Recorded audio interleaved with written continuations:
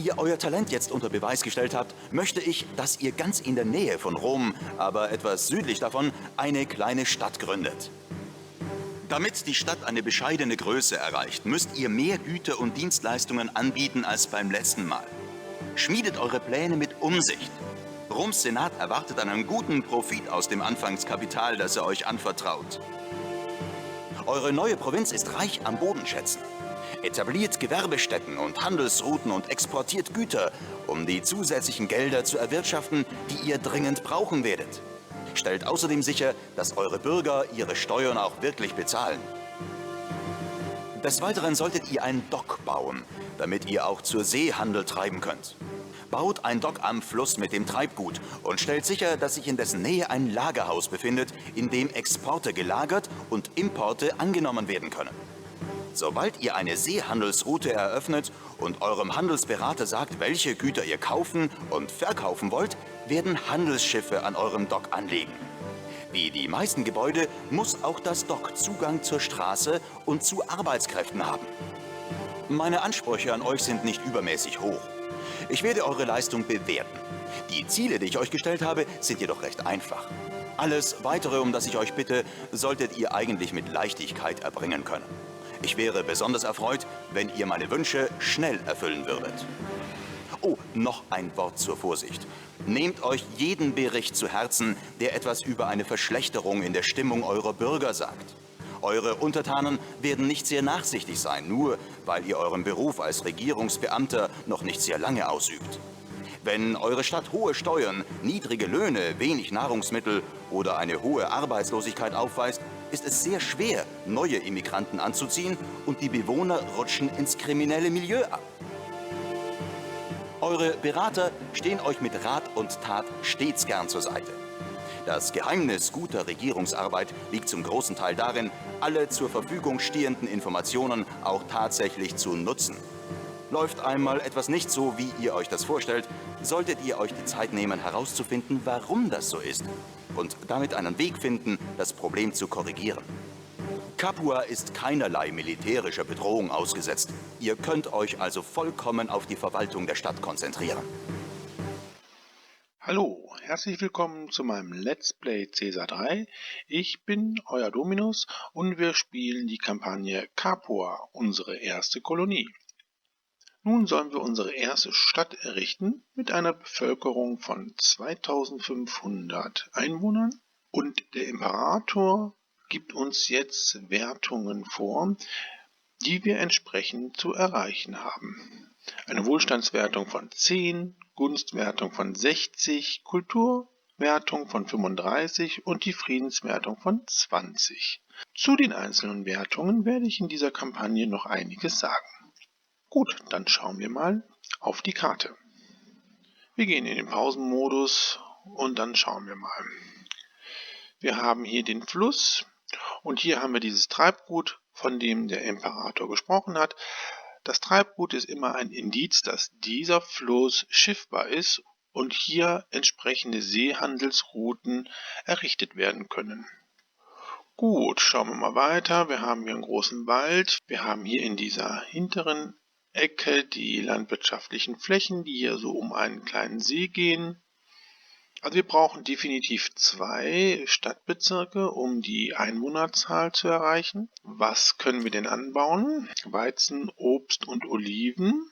An Rohmaterial haben wir Ton und Holz, das heißt wir können Möbel, Geschirr und Öl produzieren. Okay, dann schauen wir nochmal ganz kurz, mit was wir handeln können. Unsere Landhandelsroute besteht mit Tarent.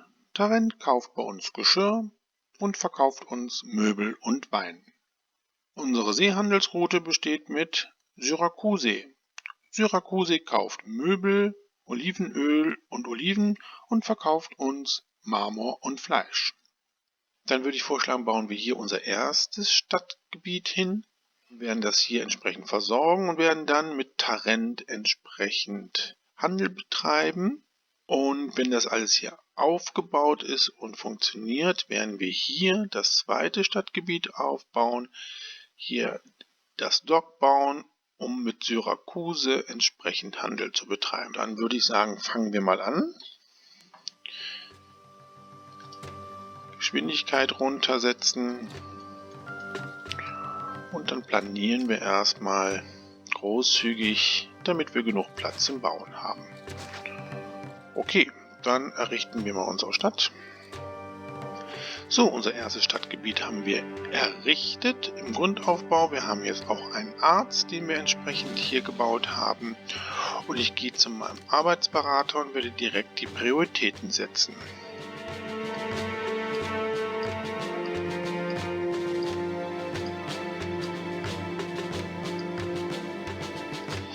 Gut, dann warten wir mal auf unsere ersten Siedler.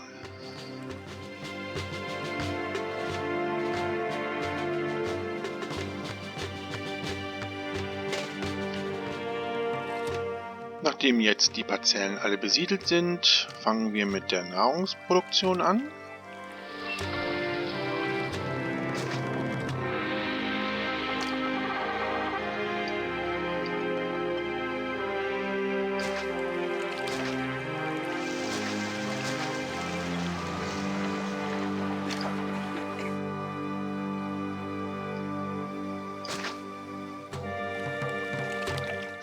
So, unsere Nahrungsmittelproduktion läuft an und hier noch eine Information, und zwar, dass Hunger die Immigration entsprechend verhindert. Das heißt, nach der Erstbesiedlung sollten wir so schnell wie möglich versuchen, Nahrungsmittel in Silos entsprechend zu lagern. Denn ohne Nahrung in einer Stadt wandert keiner in diese ein. Das wird hier nochmal entsprechend uns mitgeteilt. Aber wir sind ja gut dabei. Und ich denke, wir werden jetzt mal auch unsere Gottheiten zufriedenstellen. Zusätzlich bauen wir noch ein paar Gärten.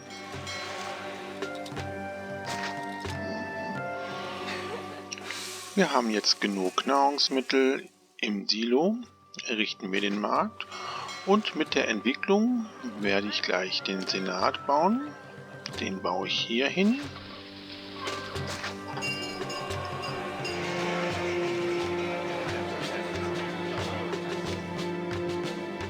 Ich werde mal die Steuern runtersetzen, solange wir noch einen niedrigen Ausbau der Gebäude haben, und die Migration wird dadurch auch angekurbelt.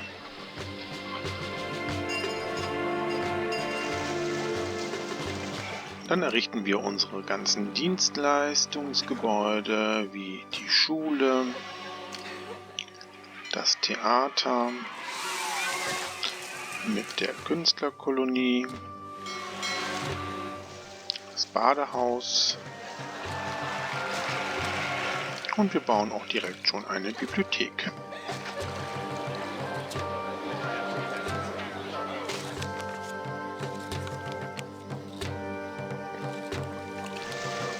Ein paar Verschönerungen, um die Entwicklung zu verbessern.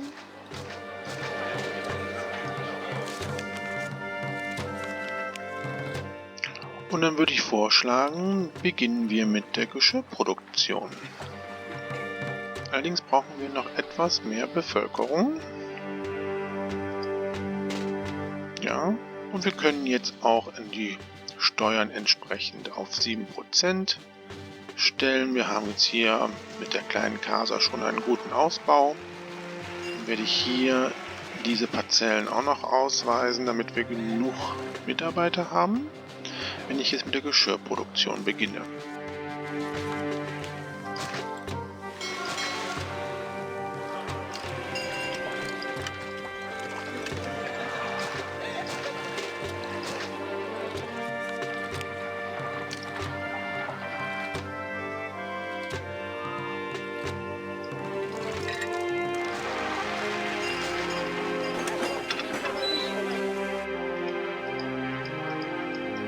Natürlich auf Hamstern setzen.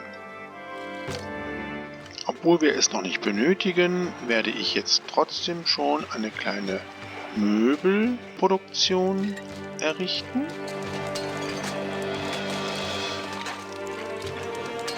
und auch schon eine Olivenölproduktion. Mit 2 Olivenfarmen und Olivenpressen.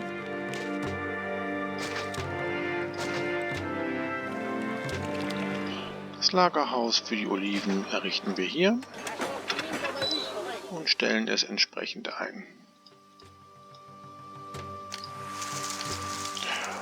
Und die Waren werden wir beim Handelsberater auf Hamstern setzen.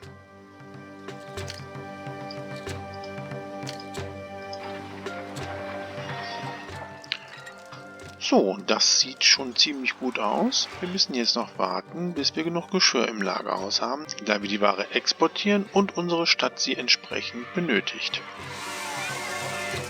Ich ändere das hier noch ein bisschen um.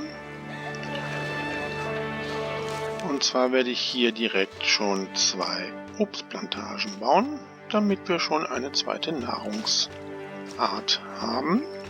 Und dann muss ich jetzt die Olivenpressen nochmal nachbauen. Das ist aber kein Problem, das werden wir hier entsprechend errichten. Es brennt. Gucken wo. Okay, hier oben, ja, wir haben hier vergessen, entsprechend eine Präfektur zu bauen. Das müssen wir sofort nachholen. Und das Lagerhaus hier schnell abreißen, damit das nicht in Flammen aufgeht. Gut, dann können wir das nachbauen. Wir werden hier das Lagerhaus neu bauen und für Möbel einstellen. Ich richte jetzt das Silo hier nur für Obst ein. Und dann bauen wir noch die zweite bzw. die dritte Ölpresse. So, ja, das sieht eigentlich ganz gut aus.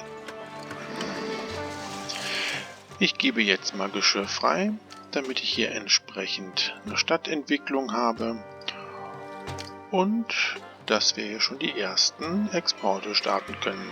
Also Tarent, Handelsroute eröffnen, Berater und Geschirr auf Exportieren und wir behalten 3 Einheiten jeweils im Lagerhaus. Ja, und unsere Stadt entwickelt sich sehr gut.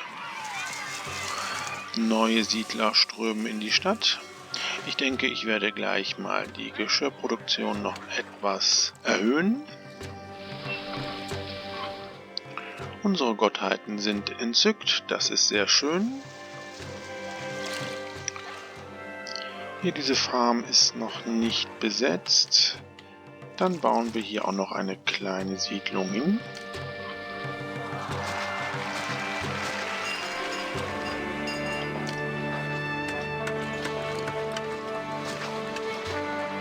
Ja, dann können wir unsere Geschirrproduktion erweitern. Ich reiße das hier eben ab. Das muss ich etwas besser machen, weil hier kommt jetzt die dritte Tongrube hin. Dann werde ich jetzt hier jeweils die Präfektur hinsetzen und den Ingenieursposten. Und natürlich nochmal 2 Töpfereien. Wir zahlen mal etwas mehr als in Rom, das hebt die Stimmung. Ja, wir haben jetzt hier zu wenig Mitarbeiter für Gesundheit, Bildung und Religion. Das werden wir jetzt mal ändern, indem wir die Parzellen hier jetzt belegen.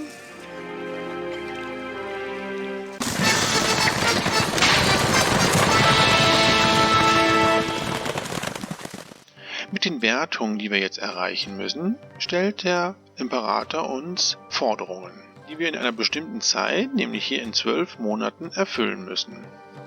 Hier können wir sehen, was wir liefern müssen. 10 Einheiten Öl. Und wir können auch hier auf den Imperiumsberater gehen und da sehen wir die Forderung auch nochmal. Hier sehen wir, bis wann wir die Forderung abschicken müssen, wie viel und wie viel in den Lagerhäusern ist. Das erste, was man dann machen muss, man muss sie auf Hamstern setzen, das habe ich jetzt hier schon getan. Und wenn die Forderung bereitsteht, kriegen wir eine Mitteilung. Ich möchte aber jetzt hier direkt die Gelegenheit nutzen, zu den verschiedenen Wertungen etwas zu sagen. Bei den Wertungen gehen wir hier in den Wertungsberater. Beginnen wir mit der Gunstwertung. Die Gunst stellt das Verhältnis zwischen dem Imperator zu seinen Gouverneuren dar. Und wir können diesen Wert durch unser Tun oder auch Nicht-Tun verändern. Zu Beginn jeder Kampagne haben wir eine Gunst von 50. Mit jedem Jahr, das vergeht, verlieren wir 2 Punkte Gunst. Wir können aber diesen Schwund natürlich entgegentreten, indem wir zum Beispiel die Forderungen erfüllen, die der Imperator uns in einem gewissen Zeitlimit stellt. Schaffen wir das in diesem Zeitlimit, bekommen wir 8 Punkte. Schaffen wir das nicht, verlieren wir 3. Der Imperator gibt uns aber noch eine zweite Chance und wir können in einem zweiten Zeitlimit die Forderung erfüllen. Schaffen wir dieses, bekommen wir wieder 4 Punkte plus. Das heißt, wir haben 1 Punkt plus gemacht, wenn wir die Forderung im zweiten Anlauf schaffen. Schaffen wir auch das im zweiten Anlauf nicht, verlieren wir 5 Punkte. Das heißt insgesamt 8 Punkte. Ihr solltet also die Forderung auf jeden Fall erfüllen, weil eine Nichterfüllung wirklich viele Minuspunkte in der Gunst ergibt. Wir können die Gunst aber auch weiter beeinflussen, indem wir dem Imperator Geschenke machen. Hier bei dem Imperiumsberater haben wir den Button ein Geschenk schicken. Wenn wir das anklicken, sehen wir, was wir an Geschenke dem Imperator schicken können. Es gibt insgesamt 3. Das Bescheidene, das Großzügige und das Üppige. Jetzt haben wir hier nur das Bescheidene. Das liegt daran, dass wir die Geschenke nicht aus der Stadtkasse bezahlen, sondern aus unserem persönlichen Sparguthaben. Und wenn unser Sparguthaben noch nicht so viel hergibt, können wir auch nur die Geschenke dem Imperator schicken, die wir uns leisten können. Die Preise für die Geschenke steigen natürlich, je großzügiger und üppiger sie sind. Ein bescheidenes Geschenk gibt uns 3 Punkte Gunst, ein großzügiges 5 und ein üppiges 10 Punkte.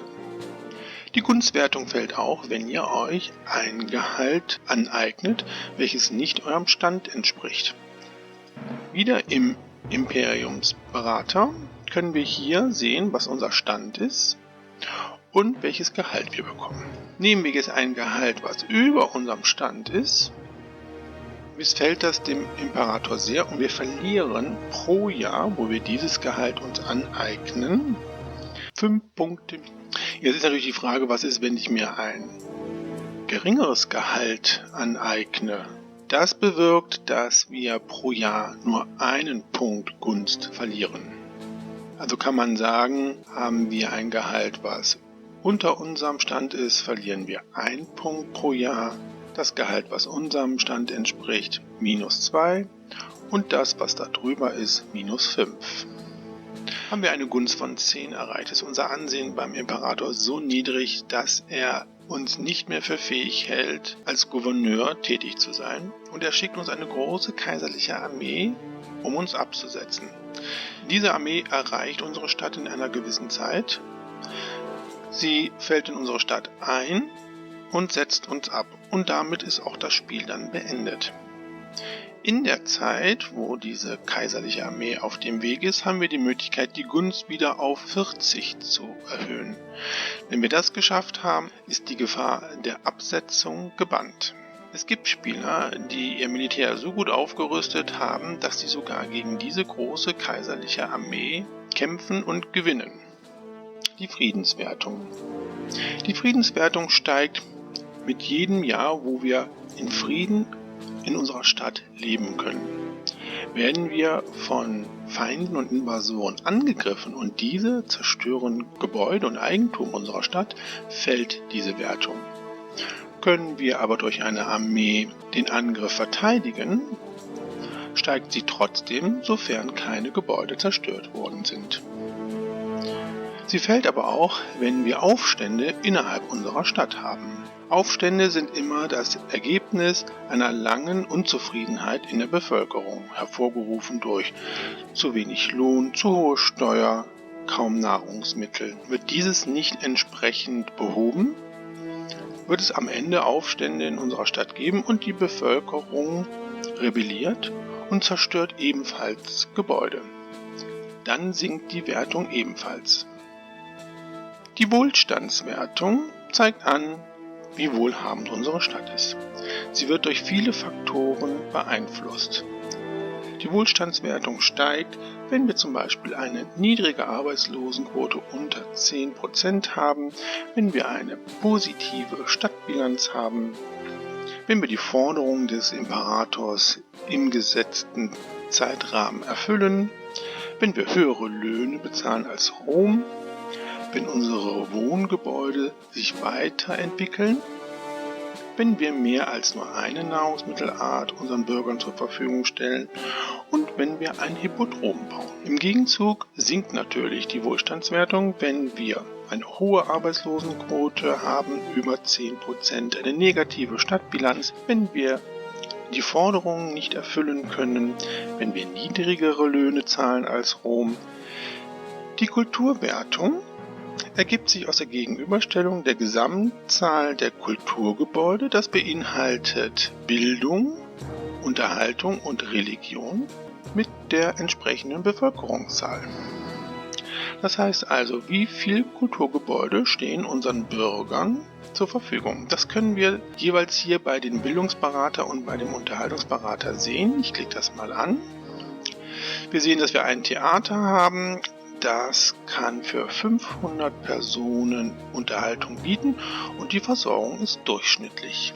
Bei der Bildung sehen wir das genauso. Eine Schule für 75 Kinder ist auch die Versorgung nur durchschnittlich. Verändere ich diese Werte, steigt die Kulturwertung. Hier in diesem Fenster können wir sehen, was aktuell gebaut werden müsste, um die Kulturwertung zu verbessern. Das muss aber nicht immer berücksichtigt werden. Wie ich eben schon gesagt habe, kann eine Verbesserung der bestehenden Unterhaltungs- und Bildungseinrichtungen und somit die Versorgung den Wert erhöhen. Ein Beispiel. Die Kulturwertung ist auf 42 und uns wird empfohlen, eine Akademie zu bauen. Für die Entwicklung der Stadt bräuchte ich eigentlich keine Akademie, weil ich nur Plebejer als Einwohner habe.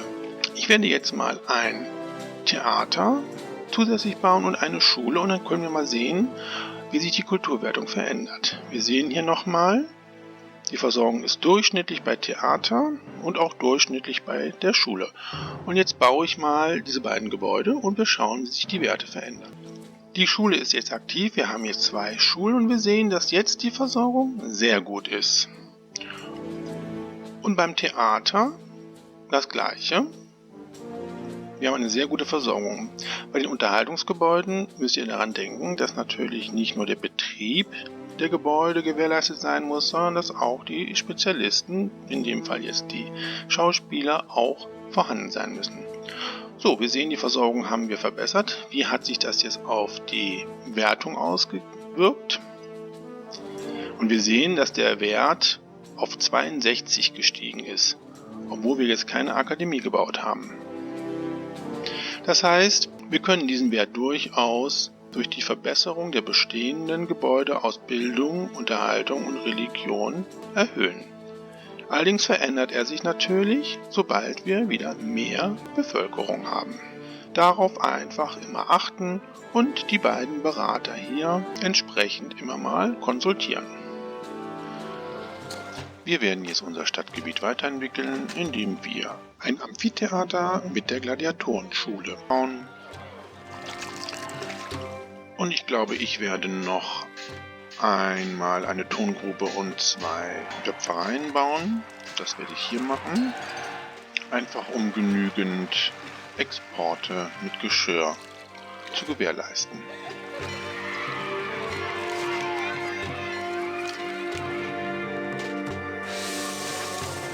So, unser Stadtgebiet hat sich schon weiterentwickelt und wir haben auch jetzt schon genug Möbel, im Lagerhaus, dann können wir jetzt die Möbel auch freigeben.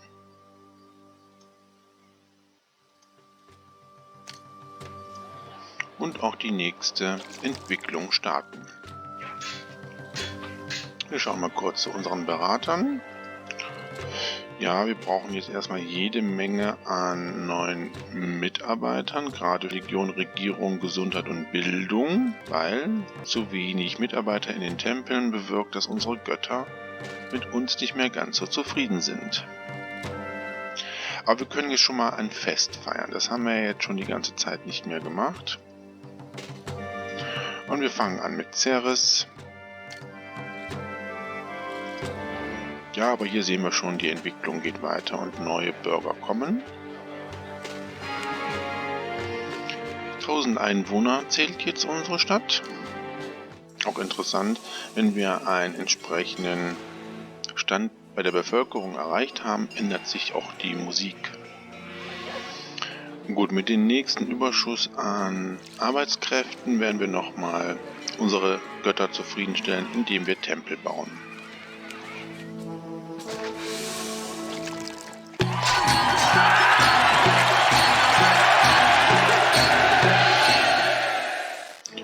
So, unser erstes Fest haben wir abgehalten. Wir warten jetzt ein Jahr, bis wir das nächste starten.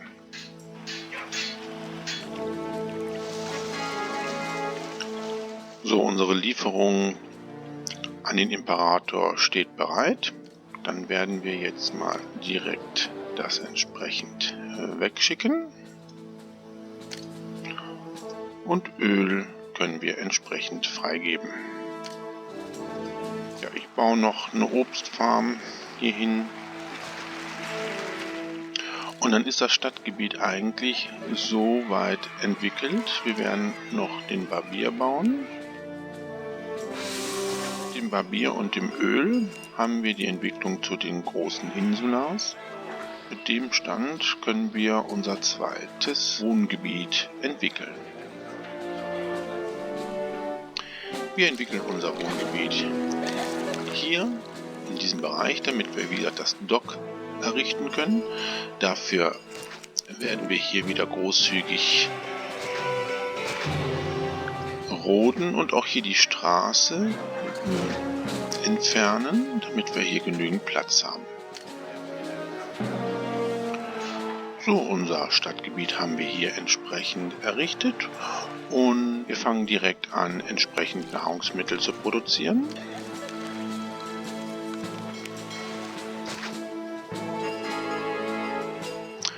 Der Imperator dankt uns und Ceres segnet uns. Das ist super. So muss das sein. Wir sehen, die Gunstwertung ist um 8 Punkte gestiegen. Das sieht alles ganz gut aus. Dann errichten wir auch hier für das Stadtgebiet die Tempel.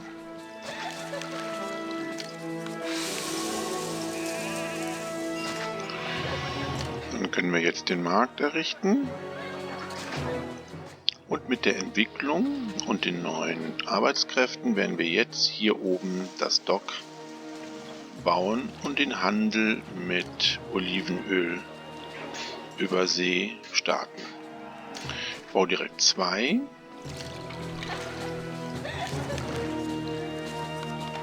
Und natürlich das Lagerhaus dafür.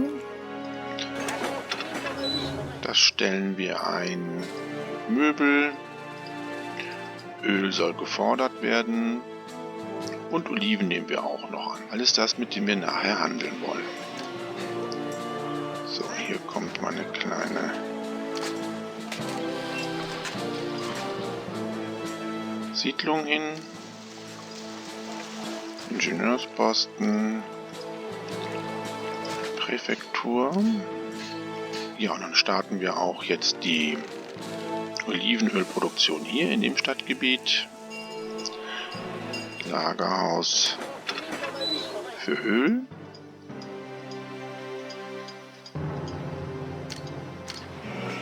Zwei Olivenfarmen und 3 Ölmühlen.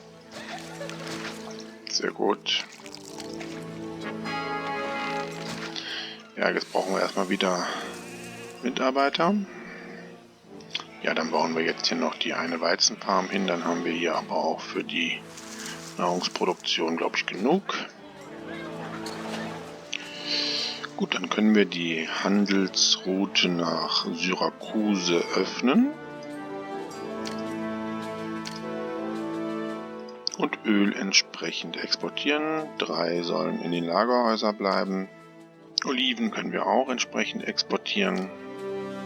Mit den Möbeln warten wir noch etwas. Errichten wir hier auch noch einen Markt. Handelsschiff von Syrakusa ist da. Ein paar Waren, die wir von einem Lagerhaus gekauft haben. Und wir sehen, wie hier sofort das Öl verkauft wird. Das ist ziemlich effektiv.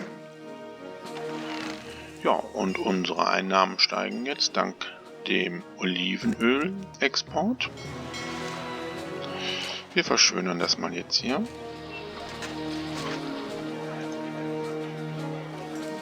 Und dann, wenn wir nachher genug Arbeitskräfte haben, werden wir entsprechend die Kultureinrichtungen bauen. So, Schule, Theater, Künstlerkolonie.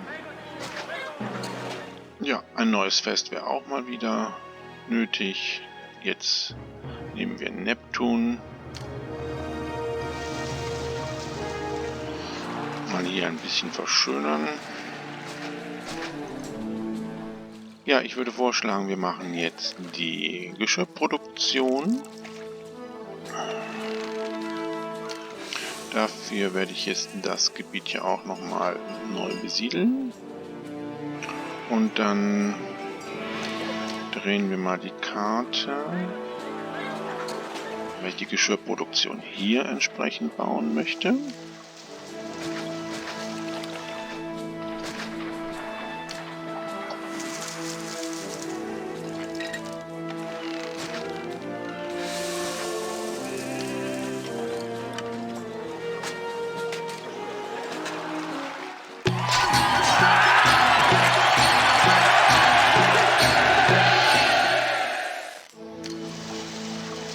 So, unsere Geschirrproduktion steht hier auch. So, dann bauen wir mal hier weiter, und zwar eine Bibliothek und ein Badehaus. Dann können wir auch direkt hier noch den Barbier bauen. Neue Siedler strömen regelrecht in unsere Stadt.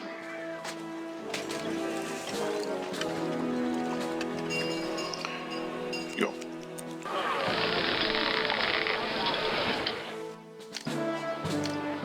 Dann können wir unsere 2 Obstfarmen bauen.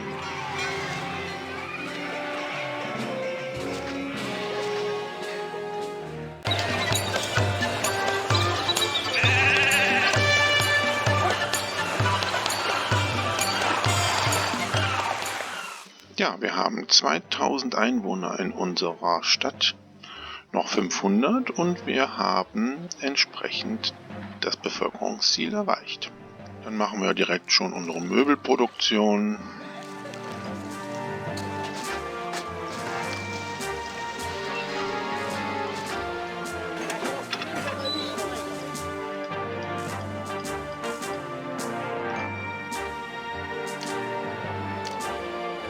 Momentan habe ich zu wenig Mitarbeiter. Besiedeln wir die letzte Parzelle auch noch.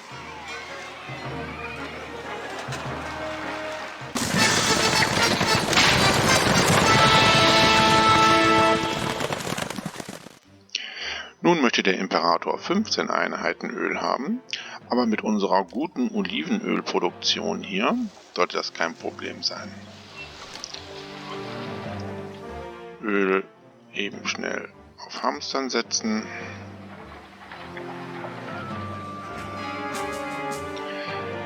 Eine Segnung von Neptun, das ist natürlich toll, eine gute Überfahrt. Und unsere Händler belohnen das mit dem doppelten Preis, den sie für unsere Waren zahlen. Leider können wir im Moment kein Öl verkaufen. Ja, und Öl wird auch jetzt entsprechend teurer. Das heißt, dass unsere Exporte natürlich noch profitabler sind. Ich stelle gerade fest, dass ich gar kein Haus habe und baue mir jetzt erstmal mein Haus hier hin. Dann errichten wir jetzt auch schon das Amphitheater.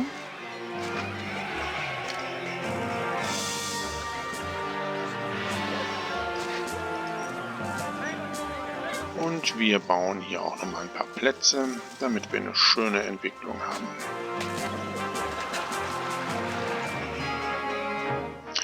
Auch die Lieferung ist jetzt bereit.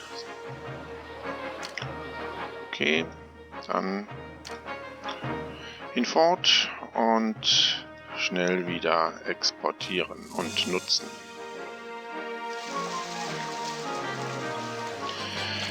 Wir werden jetzt hier noch eine kleine Möbelproduktion für den Export starten. Wir haben genug Mitarbeiter.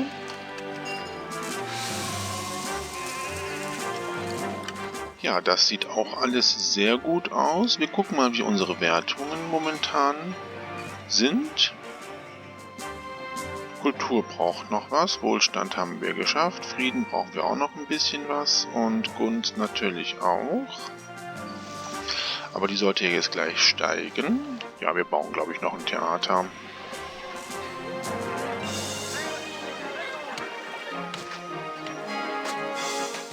Ja, bitteschön, gerne. Ja, das sieht gut aus.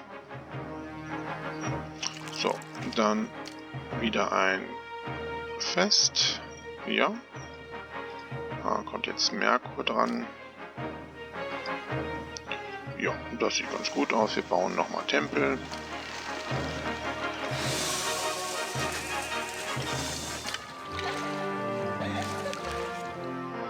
Ja, auch die Wertungen sind jetzt fast fertig. Nur noch Gunst.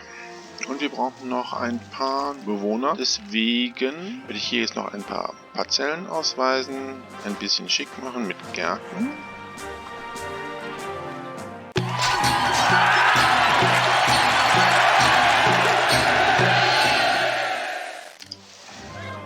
Ich denke, wir haben es gleich geschafft. Wir sehen hier, wir haben bald 2500 Einwohner erreicht. Die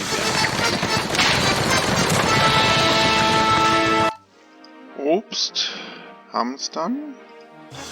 Das heißt, ich muss es hier aus den Silos natürlich raus und dann können wir das hier entsprechend annehmen oder fordern. Das gleiche machen wir natürlich hier auch.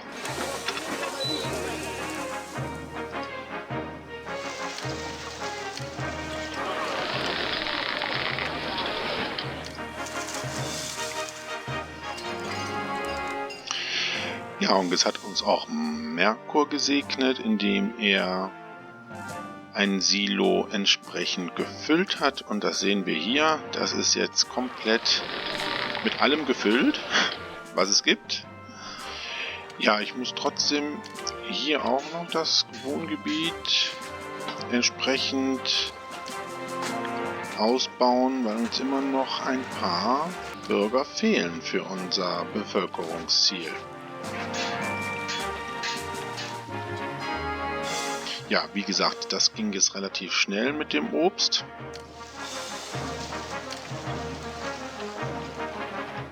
Das schicken wir direkt los. Dann können wir hier entsprechend das sofort wieder umstellen. Hier nochmal der Blick auf unsere gesamte Stadt.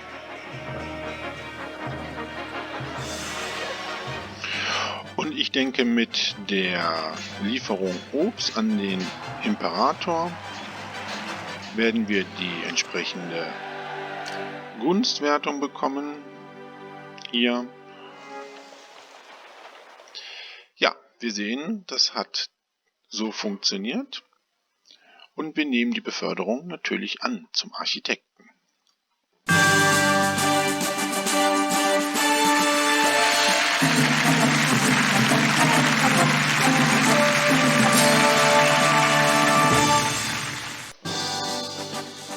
Eure organisatorischen Fähigkeiten beeindrucken mich. Die Karriere von vielen Gouverneuren nimmt ein abruptes Ende, wenn ich sie auffordere, ihre erste echte Kolonie aufzubauen. Führernaturen wie ihr sichern Roms Zukunft.